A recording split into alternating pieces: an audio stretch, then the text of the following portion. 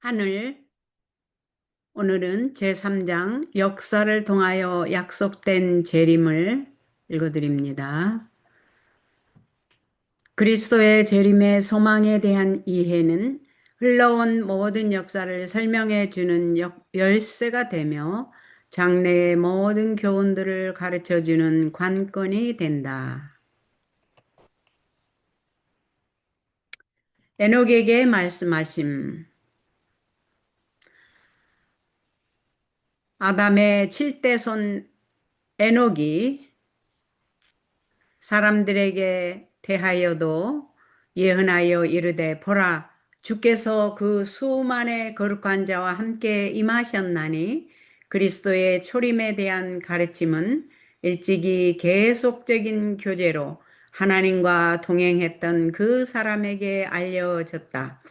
이 선지자의 경건한 품성은 하늘로 옮겨질 자들이 달성해야 할 거룩한 상태를 대표한다.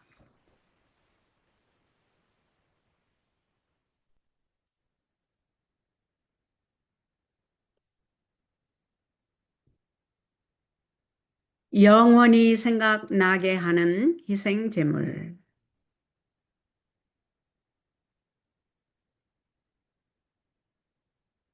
부조들의 시대에 있어서의 거룩한 예배와 관련된 희생제물들은 구주의 오심을 영원히 생각나게 하는 것으로 이루어졌는데 온 이스라엘의 역사를 통하여 행해진 성소 봉사의 모든 의식이 그러하였다.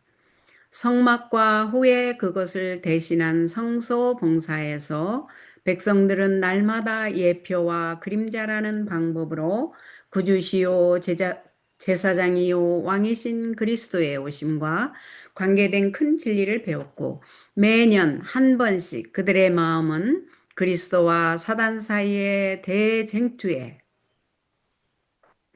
마지막 사건들과 우주가 죄와 죄인들로부터 정결함을 입을 최후의 사건으로 이끌어 갔다.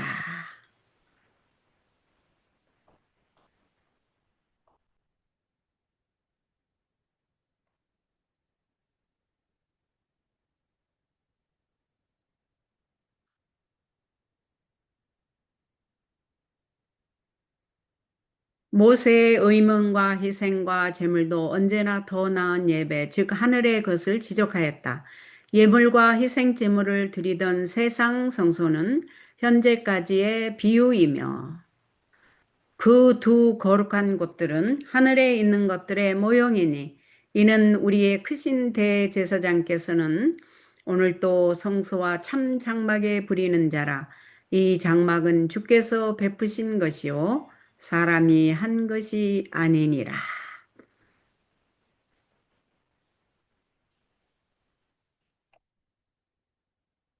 유월절 양을 잡는 것은 그리스도의 죽으심을 표상하는 것이었다. 바울은 우리의 유월절 양 곧 그리스도께서 희생이 되셨느니라고 말한다.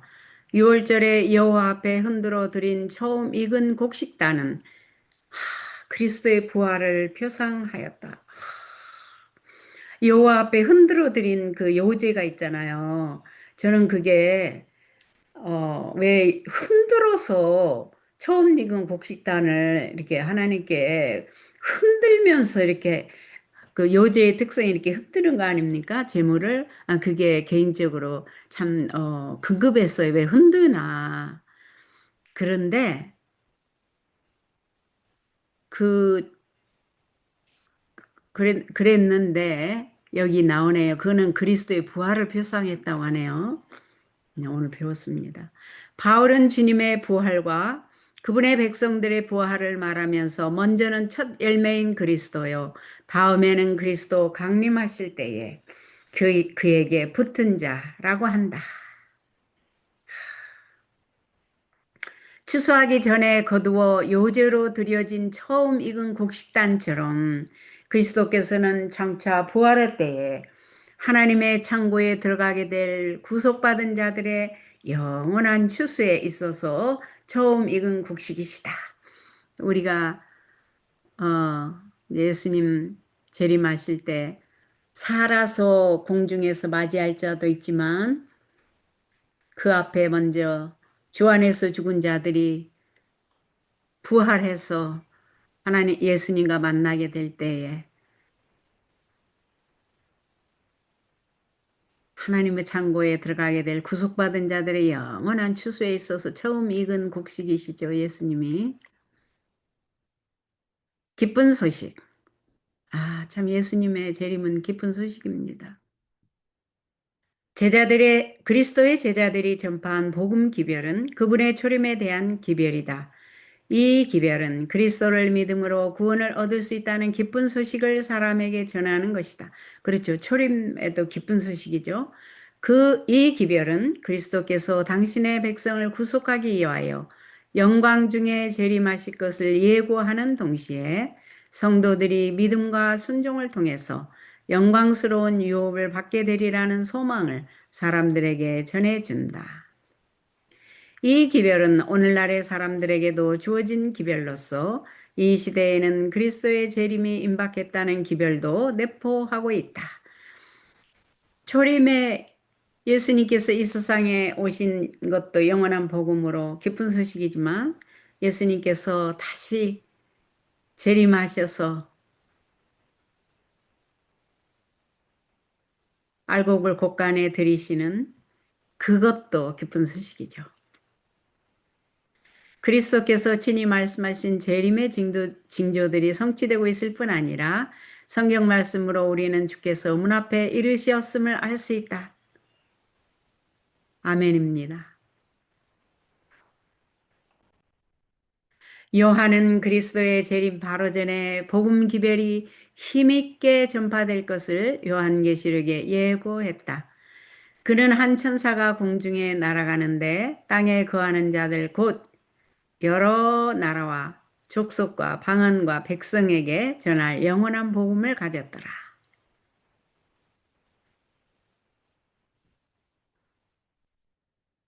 그가 큰 음성으로 가로되 하나님을 두려워하며 그에게 영광을 돌리라.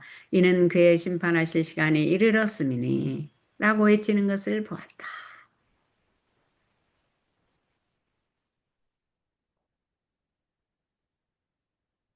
이 예언을 보면 심판에 대한 경고와 거기에 관련된 기별을 전한 다음에 이어 인자가 하늘 구름을 타고 강림하신다. 심판이 가까웠다는 선포는 그리스도의 재림이 임박했다는 것을 공포하는 것이다. 그리고 이 선포를 영원한 복음이라 부른다. 그러므로 그리스도의 재림에 대해 전도하고 그 재림이 임박했다는 것을 선포하는 일이 복음 기별의 매우 중요한 부분임을 나타내고 있다.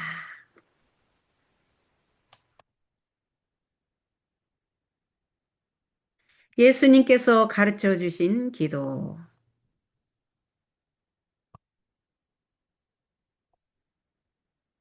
나라에 임하옵시며 마태복음 6장 10절.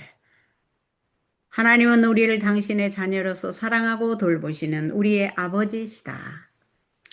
그분은 또한 그분은 또한 우주의 크신 왕이기도 하다.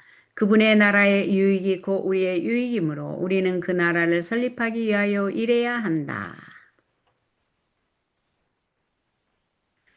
그리스도의 제자들은 그분의 영광의 나라가 즉시 임하기를 고대했으나 예수께서는 그들에게 이 기도를 가르쳐 주시면서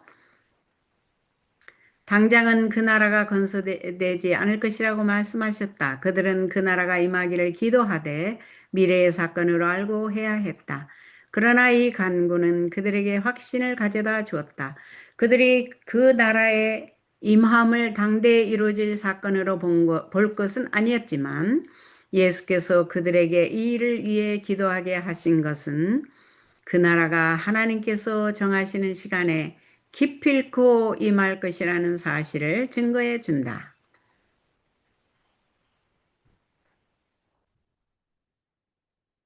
하나님의 은혜의 왕국은 죄와 반역으로 충만해 있는 마음들이 그분의 사랑의 주권에 날마다 굴복함으로써 지금 건설 중에 있다. 그러나 그분의 영광의 나라의 완전한 건설은 그분께서 이 세상에 재림하실 때까지는 이루어지지 않을 것이다. 나라와 권세와 온 천하 열국의 위세가 지극히 높으신 자의 성민에게 붙임 바 될 것이다. 그들이 장세로부터 그들을 위하여 예비된 나라를 상속하게 될 것이다. 그리고 그리스도께서 당신의 위대한 권능을 가지고 다스리실 것이다.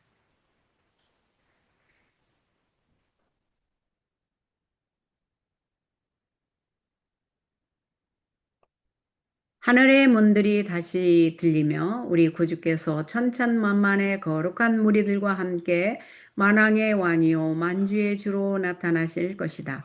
여호와 임마누엘은 천하의 왕이 되시리니 그날에는 여호와께서 홀로 하나이실 것이요 그 이름이 홀로 하나이실 것이며 하나님의 장막이 사람들과 함께 있음에 하나님이 저희와 함께 거하시리니 저희는 하나님의 백성이 되고 하나님은 친히 저희와 함께 계실 것이다.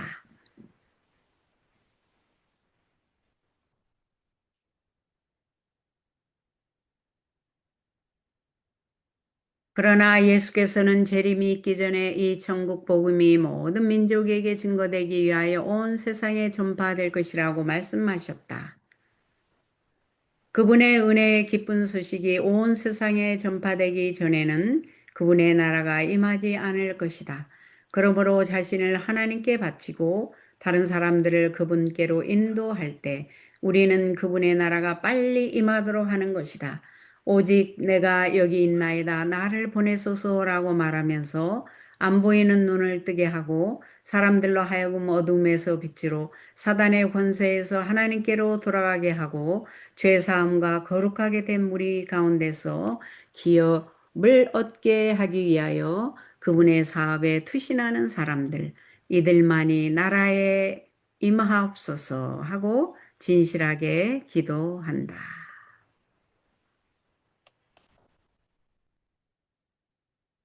기쁨을 준 약속. 지금 3장을 하고 있는데 3장이 그래도 꽤 기네요. 그리스도께서 승천하실 때 그분의 손은 제자들을 축복하기 위해 펼쳐졌고 전사들의 무리는 그분을 영접하고 그들의 시선으로부터 그분을 가렸다. 제자들이 올리우시는 주님의 마지막 모습을 초조한 눈으로 쳐다볼 때 기뻐하는 무리로부터 나온 두 천사가 그들 곁에 서서 말하였다. 갈릴리 사람들아 어찌하여 서서 하늘을 쳐다보느냐. 너희 가운데서 하늘로 올리우신 이 예수는 하늘로 가심을 본 그대로 오시리라. 제자들은 큰 기쁨에 넘쳤다. 그들은 요한복음 14장 15절 16절 17장에 기록된 그리스도께서 그들에게 말씀하셨던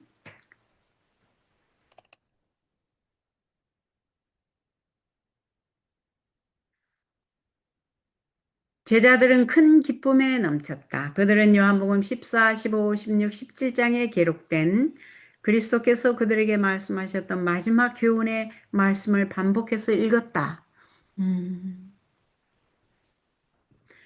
누구든지 그 가르침에 대하여 하고 싶은 말이 있는 사람은 요한복음 14장의 말씀을 특별히 주의해야 한다. 그분이 다시 오시리라는 약속과 그들에게 그분의 평화를 남겨주셨다는 생각으로 그들의 마음에는 기쁨이 넘쳤다. 아멘. 요한복음 14장 15, 16, 17장을 읽어보고 특별히 요한복음 14장을 다시 읽어보고 그 하늘로 올라가시기 전에 예수님께서 지상에 있는 그의 제자들에게 마지막 교훈에 말씀하신 것을 다시 한번 읽어보겠습니다.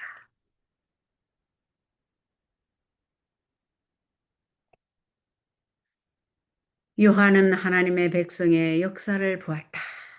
요한은 영광을 받으신 주님 앞에서 살 수 있는 능력을 얻었다. 그리고 그의 기히 여기는 시야에 하늘의 영광들이 공개되었다. 요한은 하나님의 보좌를 보고 지상의 싸움 저편과 흰 예복을 입은 구속받은 이들의 무리를 바라볼 허락을 받았다.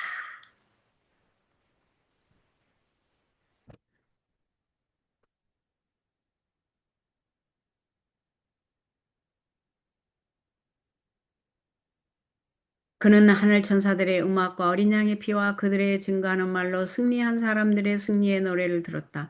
그에게 주어진 계시 가운데 하나님의 백성의 경험 중에 감격적인 흥미있는 장면들이 차례차례 공개되었고 세상 끝날까지의 교회의 역사가 예언되었다. 지극히 중요한 문제들이 표상과 상징으로 요한에게 제시되었으며 그는 그의 시대와 미래에 사는 하나님의 백성들이 그들 앞에 놓인 위험과 투쟁을 총명하게 이해할 수 있도록 그것들을 기록해야 하였다. 아멘입니다.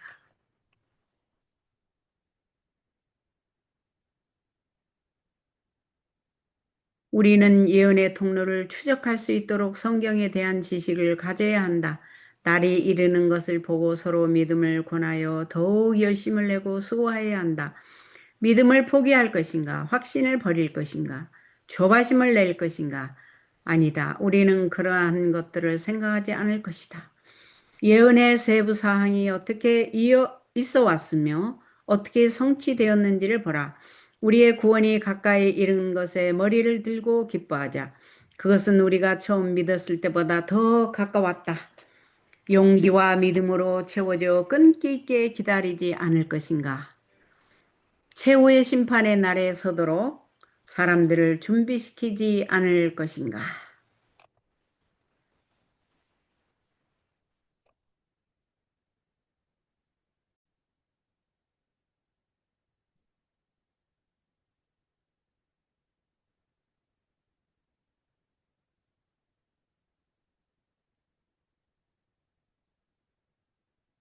구주께서 그분의 다시 오심에 관한 약속을 주신 지 1800년 이상이 지났다. 여러 세기를 통하여 그분의 말씀은 그분의 신실한 백성들의 심령을 용기로 가득 채워왔다. 그 약속은 아직 성취되지 않았다. 그럼에도 불구하고 그분이 하신 그 말씀은 확실하다. 지금 재림의 약속을 말씀하시는 겁니다.